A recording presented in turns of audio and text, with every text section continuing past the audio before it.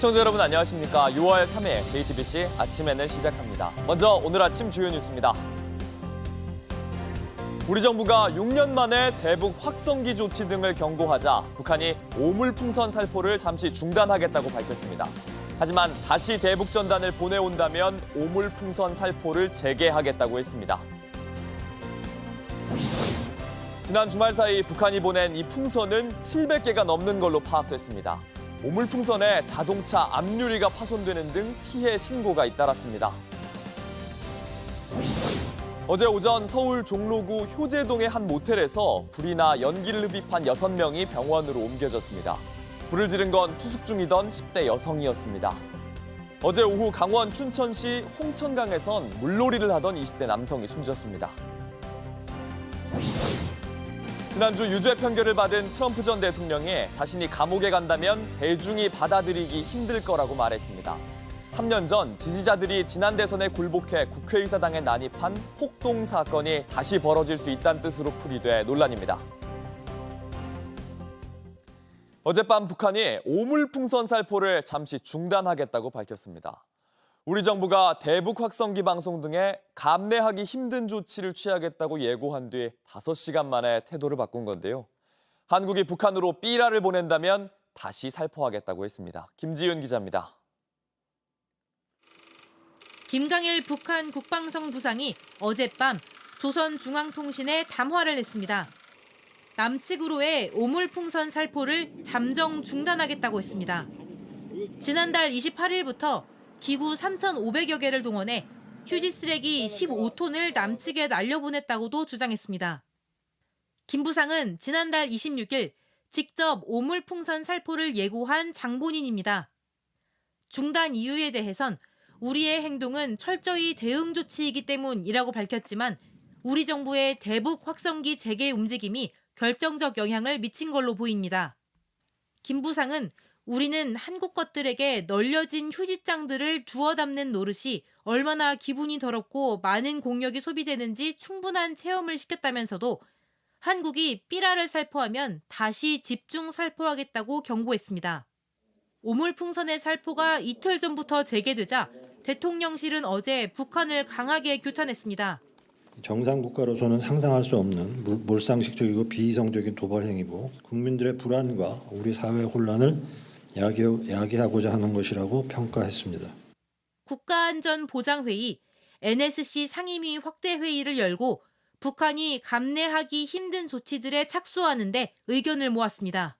대통령실 고위 관계자는 대북 확성기 방송을 재개하는 것도 배제하지 않겠다고 밝혔습니다. 2018년 남북 판문점 선언을 계기로 대북 확성기 방송을 중단한 지 6년 만의 조치입니다. JTBC 김지윤입니다. 북한이 보낸 오물풍선 수백 개는 수도권부터 경남 거창까지 날아왔습니다. 아파트 단지에 주차한 자동차에 떨어져서 유리가 다 부서지는 등 피해도 있었습니다. 외신도 북한의 쓰레기 풍선 작전을 비판했습니다. 윤정식 기자입니다. 수도권 일대 번화가에도 마트와 식당 인근에도 북한에서 날아온 흰색 오물풍선은 도심 이곳저곳을 뒤덮었습니다. 풍선 무게가 5kg에 달해 경기도 안산에선 주차된 자동차에 떨어지면서 앞유리창이 깨지기도 했습니다.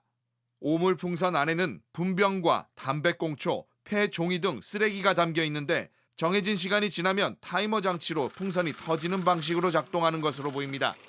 오물풍선을 발견하면 만지지 말고 군이나 경찰로 신고해야 합니다. 오물 속에 정체를 알 수 없는 물질들이 섞여 있을 수 있기 때문입니다. 이쪽은 무관한 줄 알았더니 여기까지 날라왔어요. 항상 불안하죠. 점점 그런 어떤 위험을 느끼죠. 북한이 오물풍선을 집중해 날려보낸 건 지난 1일 저녁 8시쯤부터입니다. 어제 오후까지 약 720개를 날려보낸 것으로 확인됐습니다. GPS 전파 교란 공격도 이어갔습니다. 남남 또 갈등, 보수진보 갈등이 노리고 있지 않나 봅니다. 추가적인 풍선 살포, 또 남한 사회의 대응을 보고 원하는 목적을 거두겠다라는 것이 의도라고 볼 수 있습니다. 외신들도 촉각을 곤두세우고 있습니다. 미국 CNN은 북한이 쓰레기 풍선 작전을 강화해 남한 일부 지역이 풍선으로 뒤덮였다고 보도했고 뉴욕타임즈는 북한이 파괴적인 공격은 아니지만 불안을 자극하는 공격 수단을 선택했다고 보도했습니다. Any kind of aerial object, certainly, we would find destabilizing and provocative. And we continue to consult closely with the Republic of Korea and Japan against these kinds of malign and destabilizing behaviors. 우리 군 합동참모본부는 북한 풍선으로 인해 발생하는 모든 책임은 전적으로 북한에 있으며 저급한 행위를 즉각 중단할 것을 엄중히 경고한다고 밝혔습니다. JTBC 윤정식입니다. 정부와 의료계의 강대강 대치가 이어지는 가운데 의사협회가 전국 의사들을 상대로 집단 휴진에 대한 입장을 묻는 투표를 합니다. 의사협회는 어제 집행부와 전국 16개 시도 의사회장이 모여서 총파업 등 후속 대책을 논의하기 위한 긴급회의를 열고 총파업 여부와 규모, 날짜를 회원들에게 묻기로 결정한 걸로 알려졌습니다. 투표는 이르면 내일부터 나흘간 온라인으로 진행될 걸로 보입니다. 한편 정부는 오는 9월 치러지는 의사 국가시험에 관한 세부 계획을 오늘 발표할 예정입니다. 지난주 유죄 판결을 받은 트럼프 전 미국 대통령이 또다시 폭동을 예고하는 듯한 발언을 내놨습니다. 정치적 복수 얘기도 나오면서 미국 대선이 혼란에 빠져드는 모습입니다. 워싱턴을 연결해서 자세한 상황 짚어보겠습니다. 김필규 특파원, 주말 사이 트럼프 전 대통령이 한 얘기들이 논란인 것 같습니다. 예, 트럼프 전 대통령이 자신의 성추문을 감추려고 돈을 주고 또 장부를 조작한 혐의에 대해 지난주 배심원들이 유죄라고 판단을 했죠.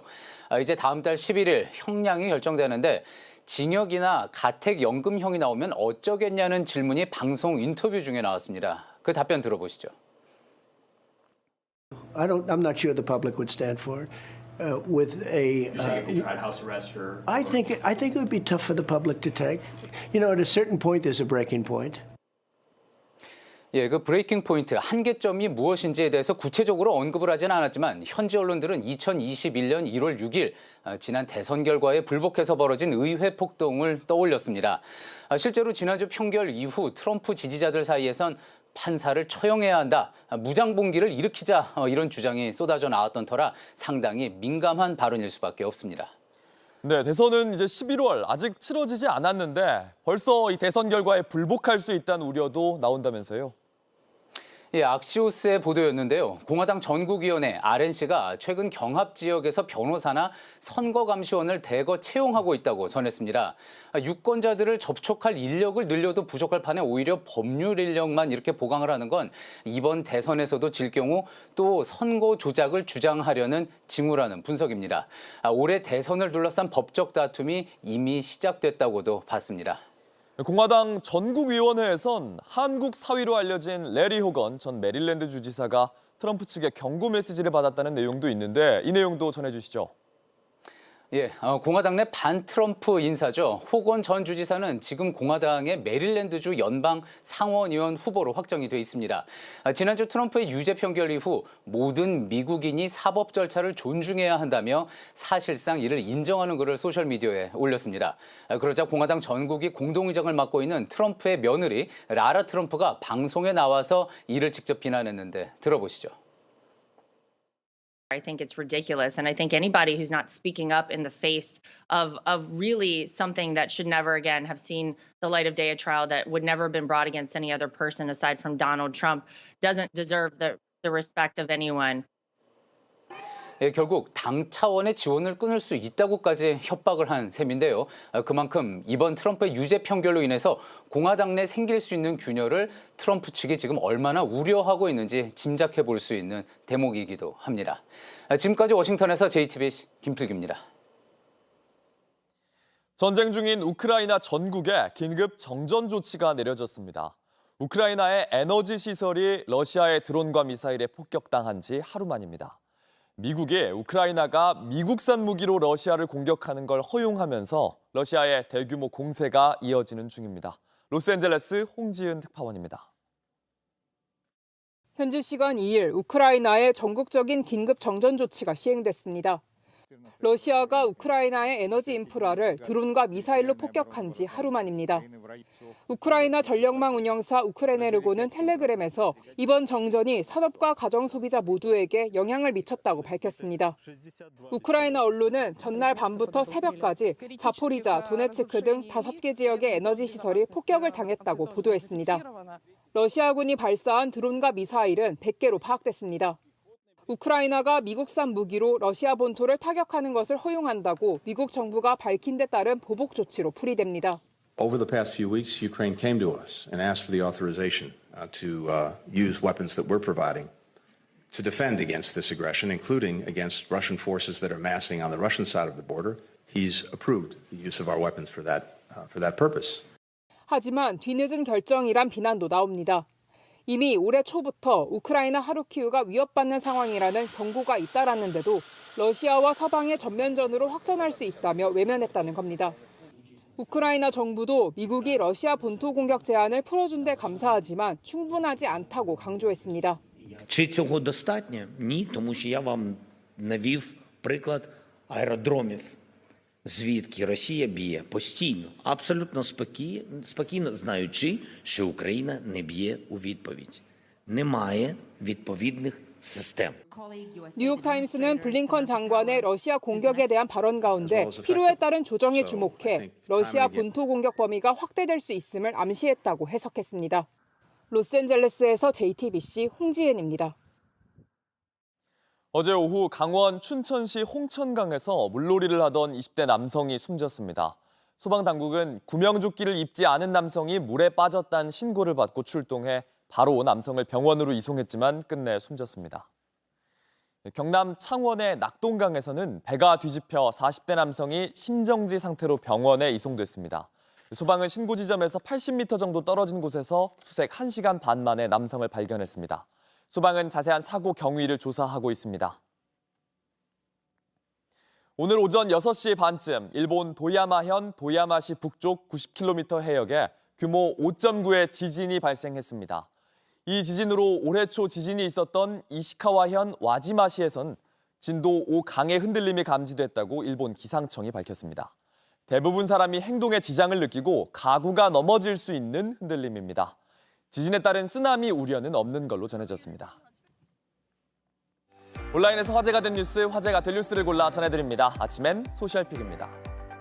지난 주말 북한의 오물풍선 700개 넘게 한국으로 날아들었습니다. 풍선은 인천까지 날아와 발견됐는데요. 삐라잖아, 삐라. 시민들은 인천시 미추홀구의 도로 한가운데에서도 이렇게 대남전단을 발견했습니다. 아파트 단지에 주차된 자동차에 떨어져 앞유리를 몽땅 부수기도 했는데요. 물건이 부서진 것도 문제지만 사람이 다칠 수도 있어서 이거 배상받을 수 있는 건가 우려가 큽니다. 온라인에선 김정은에게 배상받을 수 있는 방법이 있다 이런 의견이 있는데요. 국내 방송사가 북한 조선중앙TV의 콘텐츠를 사용할 목적으로 지급한 저작권료를 받으면 된다는 겁니다. 통일부에 확인을 하니 앞서 말씀드렸듯이 2009년부터 직접 송급이 금지되면서 현재 이 돈은 법원에 차곡차곡 쌓이고 있는 상태입니다. 예. 법원에 차곡차곡 쌓여 있는 돈으로 북한을 상대로 손해배상 청구할 수 있을까요? 법적으로만 말씀드리면 가능은 한데요. 공탁이 되어 있는 상태이기 때문에. 하지만 배상을 받을 가능성 사실상 적다고 봐야 합니다. 북한을 상대로 하는 소송이다 보니까 그 기간이 굉장히 오래 걸리고 그걸 실제로 집행했을 때 정치적 파장이라든가 실효적으로 직접 그 집행을 받아낸 기록은 없는 걸로 알고 있어요. 변호사 비용도 들어가지고 재반 비용이 있잖아요. 그래서 저 집행까지 가능하다는 그런 것들이 확신이 없기 때문에 그 소송 끝까지 가기가 쉽지 않죠. 6월의 첫날이었던 지난 주말 무슨 날이었는지 아시나요? 바로 세계 공룡의 날이었습니다. 가장 인기 있는 공룡 티라노사우루스부터 공룡을 타고 나타나는 모습도 이상하지 않습니다. 어린이부터 어른까지, 공룡부터 공룡의 후손도 상관없습니다. 지난 주말 대전 국립중앙과학관에서 열린 이 이벤트에 공룡 덕후들이 다 모였습니다.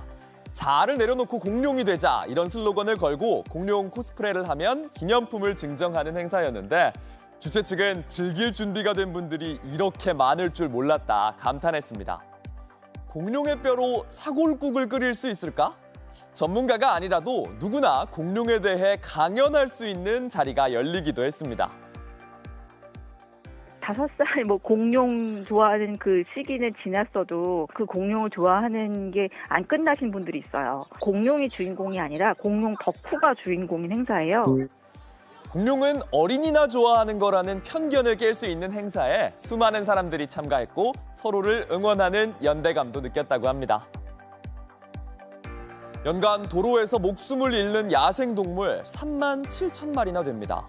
소셜미디어에선 한 오리 가족의 횡단을 지켜본 영상이 화제를 불렀는데요. 지난 30일 강원도 원주시의 자동차 전용 도로를 달리던 차 앞에 검은 물체가 나타납니다. 아니 얘들아,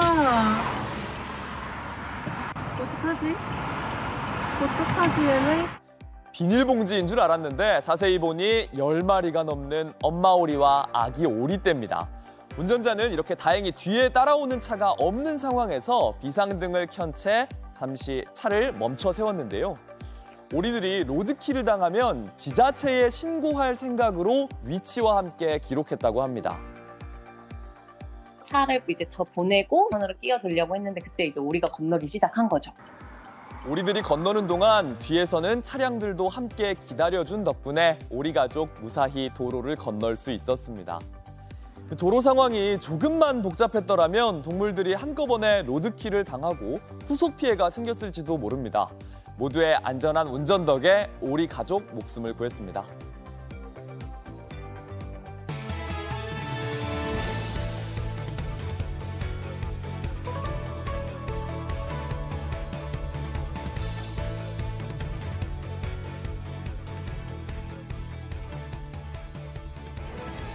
어제 오전 서울 종로구 효제동의 한 모텔에서 불이 났습니다. 불을 낸 건 투숙객인 10대 여성으로 파악됐는데 40명이 대피했고 연기를 흡입한 6명은 병원으로 옮겨졌습니다. 김지윤 기자의 지금 이 뉴스입니다. 창문 밖으로 시뻘건 불길이 타오릅니다. 새까만 연기 기둥은 하늘로 솟구칩니다. 어제 오전 8시쯤 서울 효제동의 한 모텔에서 불이 났습니다. 불은 1시간 10분여 만에 잡혔지만 투숙객 42명이 대피했고 이 중 6명은 연기를 들이마셔 병원으로 옮겨졌습니다. 방과 가구가 타는 등 약 1억 원 상당의 재산 피해도 발생했습니다. 이 불을 지른 건 이 모텔에 투숙 중이던 10대 여성 A양으로 조사됐습니다. A양은 어제 오전 8시쯤 객실 내부에 불을 지른 혐의로 경찰에 붙잡혔습니다. 경찰은 오늘 오전 소방당국과 합동 감식을 진행하고 A양을 상대로 구체적인 범행 동기 등을 조사할 계획입니다. JTBC 김지윤입니다. 배달의 민족이 배달에만 받던 수수료를 다음 달부터 포장 주문에도 받기로 했습니다. 점주들은 앱으로 주문한 거라면 손님이 가게에 와서 직접 찾아가더라도 수수료를 내야 하는 겁니다. 소비자에게도 영향을 미치는 건 아닐지 걱정입니다. 공다솜 기자입니다. 배달의 민족이 올린 안내글입니다.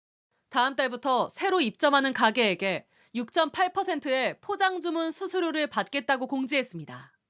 지금까지 배민 앱을 통해 주문한 음식을 소비자가 직접 찾아가는 경우 점주들은 수수료를 내지 않았습니다.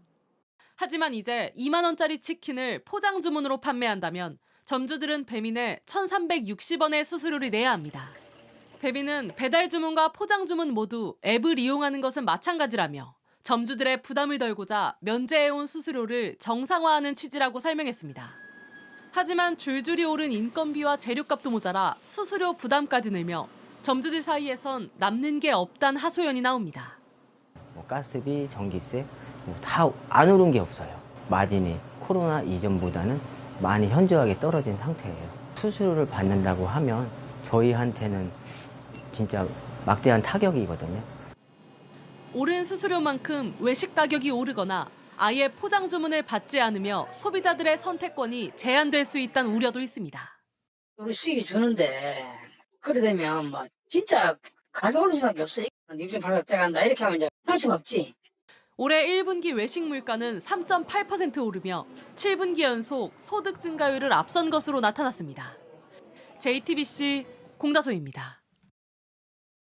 전범들이 합사된 일본의 야스쿠니 신사 안에 중국인으로 추정되는 사람이 소변을 보는 듯한 몸짓과 함께 빨간 스프레이로 낙서를 하는 영상이 온라인에 올라왔습니다.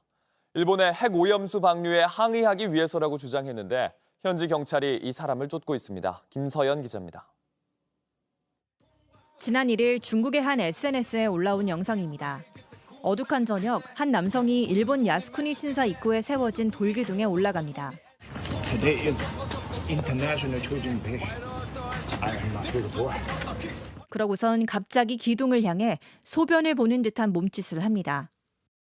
곧이어 빨간색 스프레이로 화장실을 뜻하는 영어 단어를 기둥에 쓰고 사라집니다. 중국인으로 추정되는 이 남성은 이후 공개된 다른 영상에서 이런 행동을 한 이유를 밝혔습니다. Face the Japanese government's permission to discharge nuclear wastewater. Can't we do anything? No! I will give them some clarification. 일본 정부의 핵오염수 방류에 항의하기 위해서였다는 겁니다. 낙서를 발견한 야스쿠니 신사 측은 돌기둥 주변에 가림막을 치고 스프레이를 지우는 작업을 진행했습니다. 현지 경찰은 영상 속 남성을 유력한 용의자로 보고 행적을 쫓고 있습니다. 일본 누리꾼들은 경찰이 이 사람을 못 잡는 건 부끄러운 일이라며 절대로 용서할 수 없다는 등의 반응을 보였습니다. 야스쿠니 신사는 태평양 전쟁 A급 전범 등 일제가 일으킨 전쟁에서 숨진 246만여 명을 추모하는 시설입니다. JTBC 김서연입니다. 날씨입니다. 월요일인 오늘은 전국에 가끔 구름이 많은 가운데 충청권과 남부 지역을 중심으로 소나기가 내립니다.